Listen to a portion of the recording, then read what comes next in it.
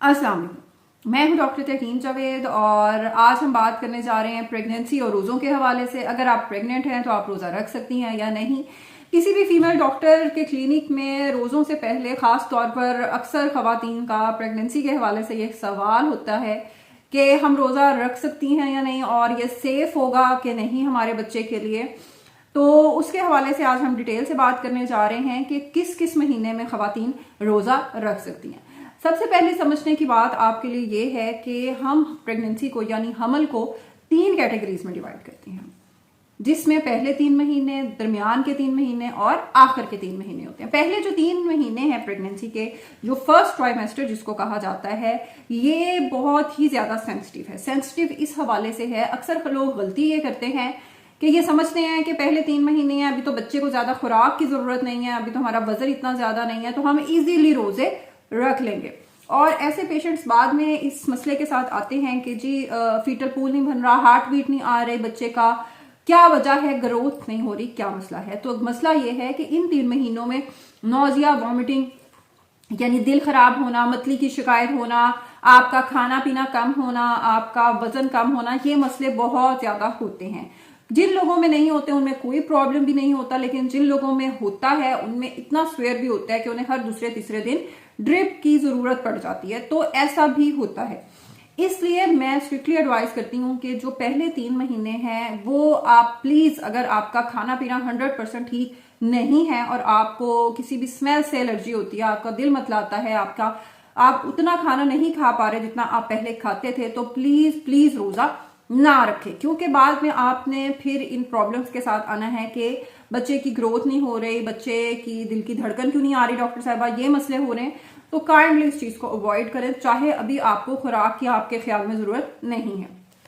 पहले 3 महीनों के बाद हम आते हैं दरमियान के 3 महीनों में। ये एक बड़ा अच्छा और जबरदस्त टाइम होता है, चौथा, पांचवा और छठा महीना। अच्छा टाइम ये इस हवाले से है कि इसमें अगर आप चाहें और आपको कोई ब्लड प्रेशर का इश्यू नहीं है, आपको कोई शुगर का इश्यू नहीं है प्रेगनेंसी के साथ, तो आप रोजा रख सकती हैं।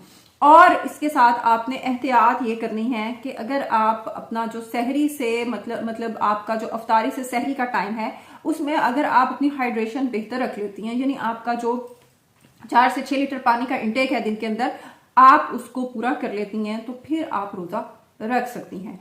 और आपका खाना पीना बेहतर है, आपको कोई दिल घबराना, आपको अफ्तारी से 2-3 घंटे पहले भूख शदीद किस्म का, दिल खराब होना या ऐसी अलामात किसी रोजे में नहीं होती, तो आप रोजे रख सकती हैं। लेकिन इसमें भी एक बहुत बड़ा लेकिन इसके साथ ये है कि ये भी आपने इस तरीके से रखने हैं कि 4th, 5th और 6th मंथ की प्रेग्नेंट खवातीन कि आपने 2-3 रोजे रख लेने हैं, एक आध छोड़ देना है, फिर 2-3 रख लेने हैं, एक तो छोड़ देने हैं, और जो बाद में रखने हैं रोजे फिर उसके साथ आपने कंप्लीट कर लेने हैं। उसकी वजह ये है कि जब एक हमारा पेशेंट्स कुछ होते हैं जिनको बहुत शौक होता है कि हमने जी कॉन्टिन्यूस ही रखने, ऐसा नहीं है। जब आप कॉन्टिन्यूस रखते हैं तो बहुत ज्यादा इंपॉर्टेंट न्यूट्रिएंट समटाइम्स आपके बच्चे को नहीं मिल पाते।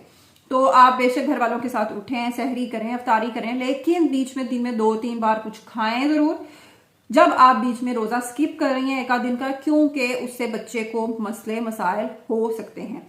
कि अगर आप बिल्कुल कॉन्टिन्यूस पूरे 30 महीने 30 दिन आप रोजे रखना चाह रही हैं, तो फिर उसमें मसले मसाइल डेवलप हो सकते हैं। तो इस चीज का ख्याल आपने जरूर रखना है। फिर उसके बाद जाते हैं हम, जो हमारा टाइम आखिरी 3 महीने है, last trimester, also very sensitive and critical time, 7th, 8th and 9th month. Critical time क्यों है? क्रिटिकल टाइम क्यों है कि आपने अक्सर सुना होगा कि इसमें पानी की कमी हो गई, बच्चे को पानी ज्यादा हो गया, कॉम्प्लिकेशंस डेवलप होने का रिस्क इस महीने में बहुत ज्यादा हो जाता है। तो आपने क्या करना है कि आपने, और मसला तब होता है क्योंकि फिर जाहिर है जब आपने रोजा रखा है और गर्मियां हैं, रोजे जब आ रहे हैं, तो हाइड्रेशन आपकी उस तरह नहीं है, आपकी न्यूट्रिशन नहीं है, आपका खाना पीना अफेक्ट हो रहा है वजन बढ़ने की वजह से। क्योंकि 7वें महीने के बाद बच्चे का वजन बढ़ रहा है, मैदे पे बोझ पड़ रहा है आपके, आप उस तरीके से डाइजेस्ट नहीं कर पा रही हैं। आप एक तरीके से पहले आपके जो 3 महीने थे उस तरह के आपको सिम्टम्स आना शुरू हो जाते हैं कुछ पेशेंट्स में। तो काइंडली इन 3 महीनों के अंदर भी बेहतर है कि आप रोजे ना रखें, क्योंकि इसमें बच्चे के जिस्म को तेजी से उसको खुराक की जरूरत है, और अगर आप उसको पूरा महीना डिप्राइव करते हैं, उसको खुराक से महरूम रखते हैं, तो ये बच्चे के साथ साथ आप अपने साथ भी ज्यादती करेंगे और ये कॉम्प्लिकेशंस और रिस्क आपको लेटर इन लाइफ बच्चे के अंदर डिवेलप होते नजर आएंगे और ये आपको फेस करने पड़ेंगे। तो काइंडली अगर आपका लास्ट ट्राइमेस्टर है तो अपने डॉक्टर से मशवरा जरूर करें।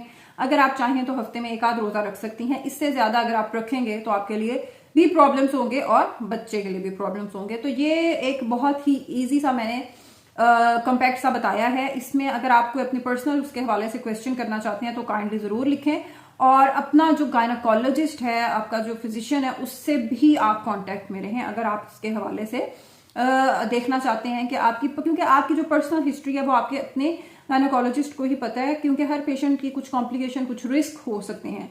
तो ये जनरल से हमने गाइडलाइंस के हवाले से दी हैं। उम्मीद है कि आपका रमजान इसके हवाले से बेहतर गुजरेगा। अल्लाह हाफिज।